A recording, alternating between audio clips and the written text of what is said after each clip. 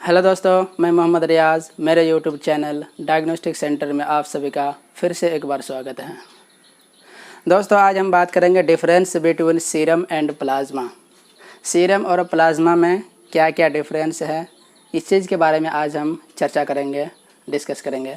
लेकिन video start करने से पहले वीडियो को पूरा देखें और like, share, comment and subscribe ज़रूर करें। ठीक है, तो बात करते हैं सीरम के बारे में। Serum is the part of blood which does not contain clotting factor. Serum क्या है? ब्लड का एक पार्ट है, ठीक है, जिसमें क्लॉटिंग फैक्टर कंटेन नहीं रहते हैं, क्लॉटिंग फैक्टर जुड़े हुए नहीं रहते हैं, क्लॉटिंग फैक्टर जिसमें प्रेजेंट नहीं रहते हैं। जबकि plasma is the part of blood which contain clotting factor. जबकि प्लाज्मा जो है यह भी एक ब्लड का ही पार्ट है, ठीक है, लेकिन इसमें क्या है, क्लॉटिंग फैक्टर इसमें प्रेजेंट रहते हैं, क्लॉटिंग फैक्टर इसमें कंटेन है, ठीक है। दोनों सीरम भी ब्लड का ही पार्ट है, लेकिन इसमें क्या है, क्लॉटिंग फैक्टर प्रेजेंट नहीं होता। थोड़ा ध्यान से सुनेंगे। सीरम भी क्या है, ब्लड का ही पार्ट है, जिसमें क्लॉटिंग फैक्टर जो फाइब्रिनोजन होता है वो इसमें नहीं रहते हैं।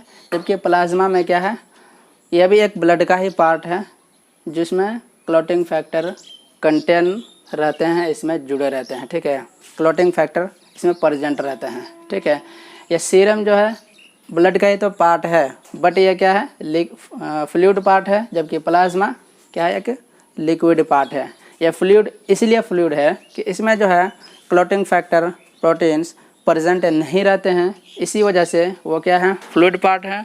जबकि प्लाज्मा में क्लॉटिंग फैक्टर प्रेजेंट रहते हैं, साथ में WBC और प्लेटलेट्स और RBC की मात्रा भी इसमें प्रेजेंट होते हैं, जिसके कारण ये क्या होते हैं, ज़्यादा लिक्विड होते हैं, ये फ्लो आसानी से नहीं कर पाते हैं। जबकि ये क्या करते हैं, सीरम इसका ये जो है आसानी से फ्लो कर पाते हैं, इसलिए यह फ्लूइड है और यह क्या है, लिक्विड है। Serum does not contain fibrinogen but all the other proteins are present. क्या सीरम में जो है, हमने यहाँ बताया कि क्लॉटिंग फैक्टर प्रेजेंट नहीं रहते हैं, तो serum does not contain fibrinogen. ये कौन सा क्लॉटिंग फैक्टर है, फाइब्रिनोजन। फाइब्रिनोजन इसमें क्या करते हैं, कंटेन नहीं रहते हैं, लेकिन but all the other proteins are present. बाकी और सब जो प्रोटीन्स होते हैं वो इसमें सीरम में प्रेजेंट होते हैं, जैसे कि अल्बुमिन है, ग्लोबुलिन है। इसी तरह प्लाज्मा क्या है, plasma contain a soluble proteins is called fibrinogen.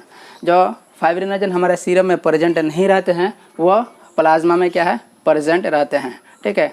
इसलिए सीरम में RBC की मात्रा नहीं रहते हैं, प्रोटीन जो है क्लॉट होकर RBC के साथ नीचे सेडिमेंट हो जाते हैं, और प्लाज्मा में फाइब्रिनोजन क्लॉटिंग फैक्टर RBC के साथ नहीं रहते हैं, इसलिए वो क्लॉट नहीं होते हैं, ठीक है। तो जो सीरम वाली वायल है, सीरम हम लेते हैं किस वायल में, प्लेन वायल में, रेड टॉप ट्यूब या तो फिर yellow top tube. Yellow top tube को जेल वायल भी बोल सकते हैं, या SST भी बोल सकते हैं, यानी कि सीरम सेपरेटिंग ट्यूब भी बोल सकते हैं, ठीक है। तो उसमें क्या होता है कि, और जैसे कि प्लाज्मा किस किस वायल में हम लेते हैं, प्लाज्मा जो लेते हैं वो EDTA में लेते हैं, या तो फिर सोडियम फ्लोराइड वायल में लेते हैं, या फिर सोडियम साइट्रेट में लेते हैं, या ब्लड बैंक में जो ब्लड बैग्स आते हैं उसमें हमारा प्लाज्मा ही सेपरेट होता है, ठीक है। इसी तरह हम आगे बात करते हैं। No anticoagulants are required for the separation of serum from blood. यानी कि ब्लड से सीरम सेपरेशन करने के लिए एंटीकोगुलेंट रिक्वायर्ड नहीं रहते हैं। No anticoagulant are required, anticoagulant required नहीं रहते हैं किसके लिए, ब्लड से जब हम यह सीरम सेपरेशन करते हैं, ठीक है। जबकि anticoagulant are required for the separation of plasma from blood.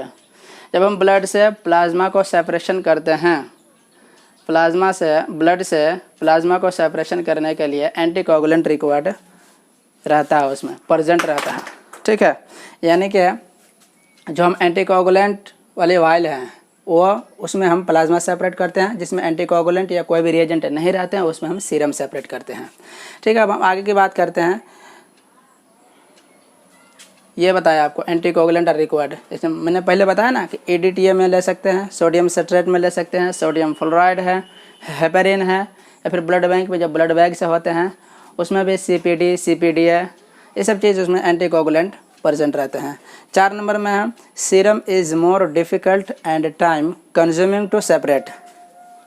यानी कि ये कहने का मतलब यह इसमें कि जब हम सीरम सेपरेट करेंगे तो उस टाइम हमें कुछ ज़्यादा समय देना होता है, ज़्यादा टाइम देना होता है, इसलिए टाइम, जबकि plasma is acquired from the spinning before clotting and less time consuming. ठीक है, सीरम में हमें ज़्यादा समय लगता है सीरम सेपरेट करने के लिए, जबकि प्लाज्मा सेपरेट करने के लिए सीरम के अकॉर्डिंग थोड़ा कम समय लगते हैं। इसमें ज़्यादा समय इसलिए लगते हैं कि हमने जब ब्लड लेते हैं या ब्लड कलेक्ट करते हैं प्लेन वाइल में या फिर रेड टॉप ट्यूब में या सीरम से रिलेटेड कोई भी टेस्ट के लिए जब हम ब्लड कलेक्ट करते हैं तो वहाँ पे ब्लड को कलेक्ट करके कुछ देर के लिए हमें रख देना होता है, तब तक के लिए कि जब तक ब्लड जो है पूरी तरीके से वाइल में क्लॉट ना हो जाए, उतने टाइम तक के लिए हमें रखना पड़ता है। जबकि प्लाज्मा में क्या करते हैं, प्लाज्मा में हम ब्लड लिए EDTA वाली वाइल में या फिर किसी भी सोडियम सिट्रेट में या फिर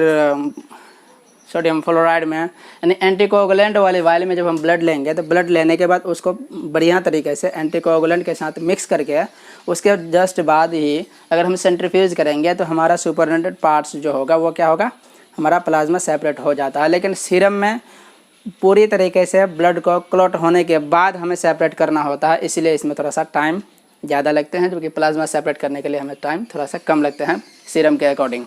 ठीक है, volume of serum is less than that of plasma. ठीक है, इट्स कंटेन 90% ऑफ वाटर, यानी कि प्लाज्मा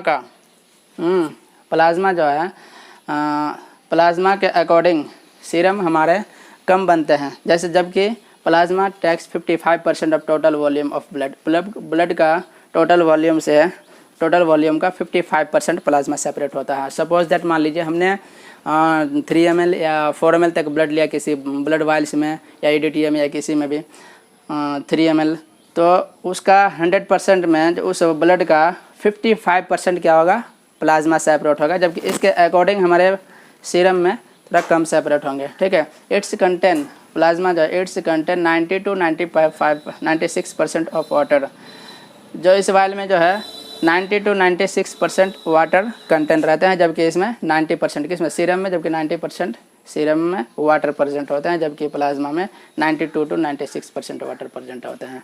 ठीक है दोस्तों, तो वीडियो पूरा देखने के लिए बने रहिए। Serum can be stored at 2 to 6 degree centigrade for several days या फिर 1 month, यानी कि सीरम को जो है हम सेपरेट करके कुछ दिन तक के लिए 2 to 6 डिग्री सेंटीग्रेड के में स्टोर करके रख सकते हैं या फिर 1 महीना तक के लिए। ठीक है, और उसके बाद प्लाज्मा जो है fresh frozen plasma can be stored for up to 1 year। जो फ्रेश फ्रोज़न प्लाज्मा होता है उसको हम क्या है -40 या -80 डिग्री के टेम्परेचर पे हम 1 साल तक उसको स्टोर करके रख सकते हैं। ठीक है, अब नेक्स्ट पॉइंट है कि serum is used for test. Serum जो है किस किस टेस्ट के लिए हम यूज़ कर सकते हैं। ठीक है, तो यहाँ जैसे कि हम कुछ एग्जांपल दे चुके हैं कि एंजाइम टेस्ट के लिए सीरम का यूज़ होता है, हार्मोन टेस्ट के लिए सीरम का यूज़ होता है, कार्डियक प्रोफाइल के लिए सीरम का यूज़ करते हैं।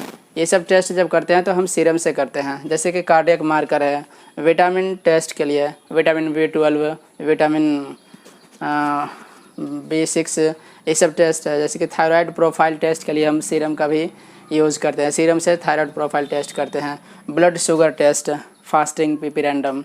ठीक है, तो ये कुछ एग्जांपल हमने दिए हैं, इन सभी टेस्ट के लिए सीरम का हमें ज़रूरत पड़ता है, जो कि हम सीरम से ही सब टेस्ट किया जाता है। प्लाज्मा, अब plasma is used for test and also plasma transfusion done for trauma patients, haemophilia, shocks, burns and other clotting problems. यह प्लाज्मा का यूज़ ज़्यादातर ट्रांसफ्यूज़न में यूज़ करते हैं। ठीक है, काम आते हैं, जैसे कि किस किस पेशेंट को, ट्रामा पेशेंट है या फिर हीमोफीलिया का पेशेंट है या फिर बर्न्स या शॉक्स या अदर क्लॉटिंग प्रॉब्लम्स या कोई क्लॉटिंग प्रॉब्लम्स हो सकते हैं, जिसमें इस पेशेंट में यह प्लाज्मा जो है ऐसे ट्रांसफ़र किया जाता है।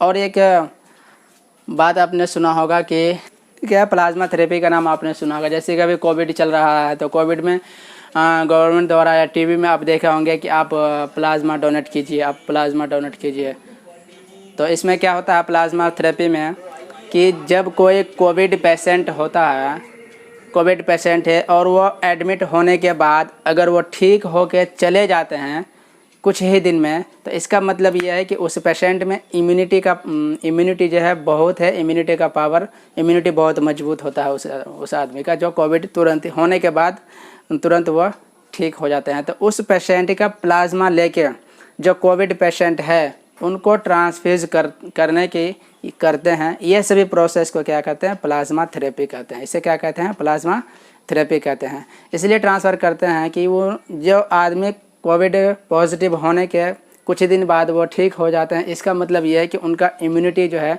एंटीबॉडी जो है, एंटीबॉडी में जो इम्यूनिटी पाए जाते हैं वो उनका बहुत मजबूत होते हैं, जिसके कारण वो कोविड वायरस को तुरंत ही किल कर देते हैं। इसीलिए वैसे व्यक्ति में से ब्लड निकाल के उसका प्लाज्मा सेपरेट करके उस जो कोविड पेशेंट है जो ठीक नहीं हो पा रहे हैं या फिर ज़्यादा डेंजरस बन चुके हैं, ज़्यादा मतलब कि उसको इफ़ेक्ट कर चुके हैं, तो उस पेशेंट में उस वैसे आदमी का जो पहले ठीक हो चुके हैं उसे आदमी का प्लाज्मा लेकर जो ठीक नहीं हो पा रहे हैं उस पर ट्रांसफ़र किए जाते हैं, ट्रांसफ्यूज़न किए जाते हैं, ताकि इनका एंटीबॉडी इम्यूनिटी उन जो घायल हो चुके हैं, जो जिसको ज़्यादा इफ़ेक्ट कर चुके हैं, उस आदमी को जाके उसका एंटीबॉडी उस पर जाके वो काम कर सके और उनके अंदर जो वायरस कोविड वायरस है उस वायरस को किल कर सके, मार सके। इसलिए यह प्लाज्मा थेरेपी का नाम दिया गया है और इसी प्रोसेस को इसी को कहते हैं प्लाज्मा थेरेपी।